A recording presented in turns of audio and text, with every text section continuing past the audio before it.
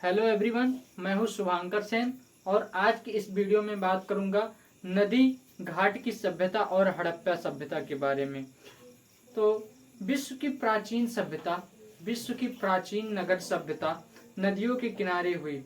नदियों के किनारे होने के कारण खेती के लिए पानी की उपलब्धता से अधिक उत्पादन में मदद हुआ। जो विश्व की प्राचीन सभ्यता थी वह ज्यादातर नदियों के किनारे हुई थी, क्योंकि नदियों के किनारे होने से उन्हें जो पानी की उपलब्धता थी वह आसानी से पानी उन्हें प्राप्त हो जाता था और इसी की वजह से प्राचीन सभ्यता यानी प्राचीन नगर सभ्यता नदियों के किनारे बसती थी। अधिक अन्न उत्पादन होता था, अधिक अन्न भी उत्पादन होता था, व्यापार को बढ़ावा भी मिलता था, जिससे नगर का विकास संभव हो सकता था। व्यापार के लिए जल मार्ग सुलभ था, नदी ही यानी व्यापार के लिए जल मार्ग भी सुलभ था, सुलभ था। नदी ही यानी साथ ही नदी जो थी वह व्यापार का मार्ग बन चुकी थी।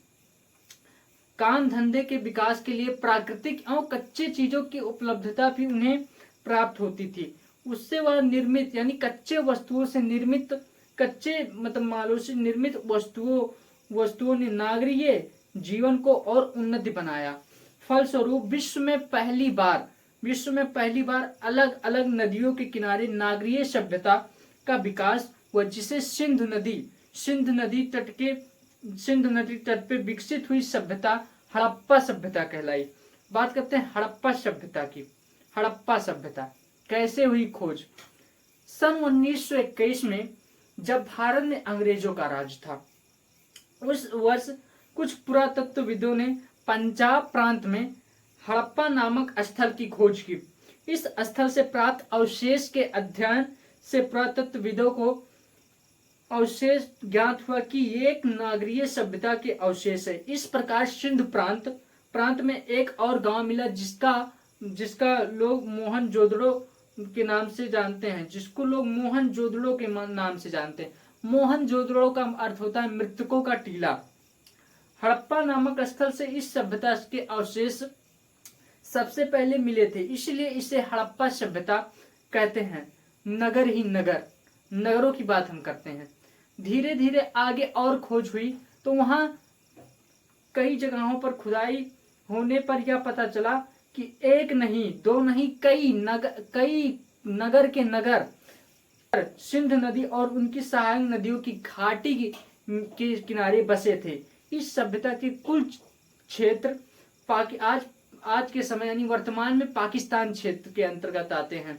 भारत में रोपड़ यानी पंजाब, कालीबंगम राजस्थान, लोथल गुजरात तथा दयामाबाद महाराष्ट्र इस सभ्यता से संबंधित मुख्य पुरा स्थल है।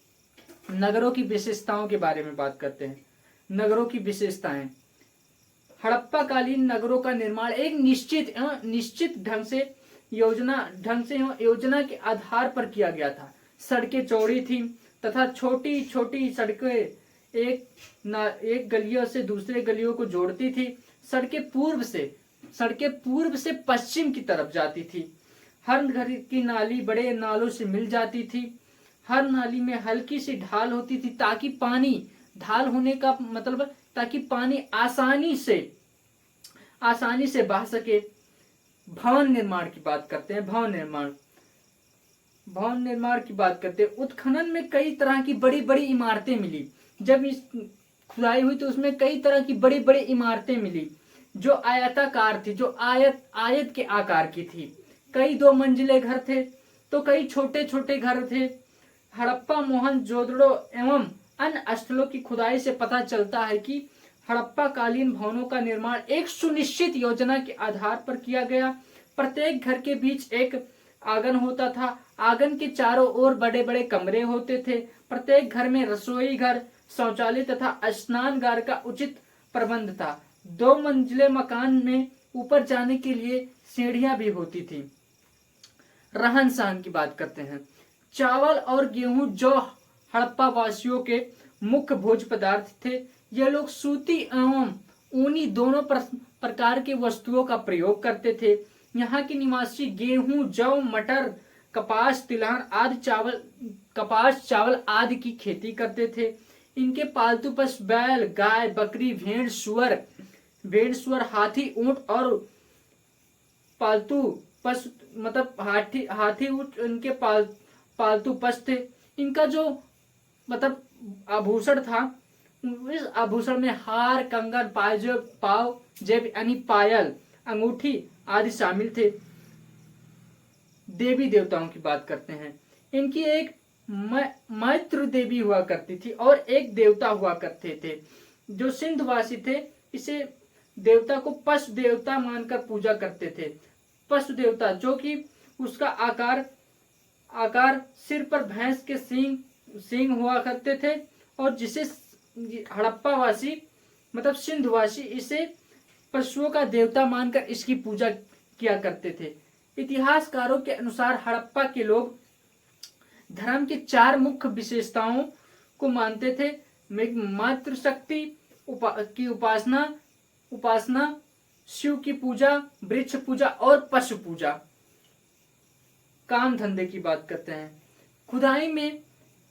खुदाई में तांबे और कांस की बनी हुई कुल्हाड़ी, दर्पण, आरी और कंघियां और उस्तरा प्राप्त हुआ। इसका मतलब यह हुआ कि सिंधु घाटी के लोग जमीन से धातु निकालकर उसे साफ करके तथा आग में पिघलाकर नई वस्तुओं का निर्माण करते थे।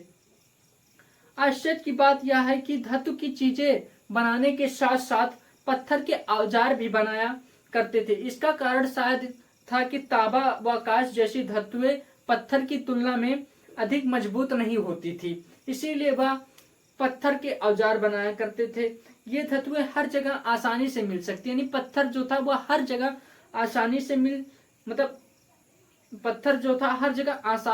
जाता था, लेकिन तांबा और कांच ये धातुएं हर जगह आसानी से मिल पाना मुश्किल होता था। इसीलिए लोग कई औजारों को पत्थर से बनाते थे।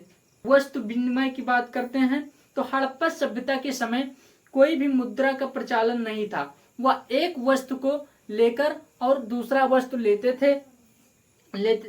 थे। इसका मतलब यह था कि हड़प्पा सभ्यता के लोग एक वस्तु के बदले में दूसरी वस्तुओं को ले देकर व्यापार करते थे, ना कि मुद्रा का। उस समय जो था मुद्रा का प्रचलन नहीं था, इसके लिए वे रुपए या सिक्के का प्रयोग भी नहीं करते थे। मैंने वही आपको बताया कि उस समय मुद्रा का प्रचलन नहीं था। अब बात करते हैं व्यापार की। हड़प्पा के नगरों से पत्थर, हाथी दांत, धातु एवं मिट्टी से बनी कुछ मूर्तियां और वस्तुएं प्राप्त हुई हैं। कुछ विद्वान सोचते हैं कि वे वास्तविक में व्यापारियों की मोहर थी। ये विभिन्न आकार की थी। इन मोहरों पर आदमी की आकृति, कुछ पर जानवरों की, कुछ पर पौधों की और कुछ पर बर्तनों की आकृति बनी हुई थी।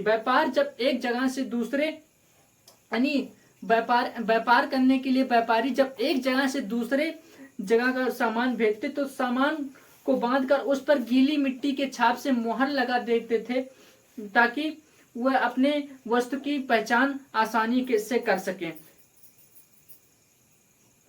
तौल और नाप के लिए वे बटखरे और पैमाने का प्रयोग करते थे।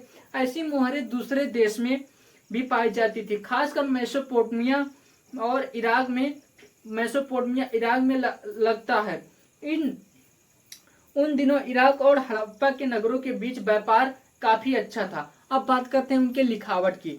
हड़प्पा सभ्यता की मोहरों पर संकेत के रूप में मोहरों की लिखावट की। हड़प्पा सभ्यता के मोहरों पर संकेत के रूप में लेख लिखते हैं, जिससे उनके अक्षर चित्र जैसे लगते थे। जो हड़प्पा वासी थे उनका लेखन वो जो अक्षर लिखते थे वह चित्र के समान लगता था। आज भी उस अक्षर को उनके लेखों को विद्वान पढ़ नहीं सके हैं।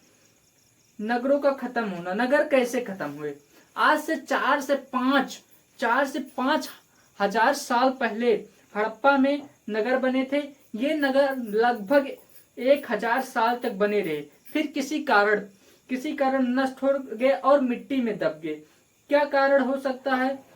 इसका जो कारण था वो कोई क्लियर नहीं है कि किस कारण से ये नगर खत्म हुए थे। यह भी हो सकता है भूकंप आया हो, महामारी हो, कोई बाहरी आक्रमण हो, आग या फिर आर्यों का आना। वीडियो में मैंने आपको नदी घाटी की सभ्यता और हड़प्पा सभ्यता के बारे में कुछ बताया है। तो मिलते हैं अगली वीडियो के साथ, तब तक के लिए बाय एंड टेक केयर।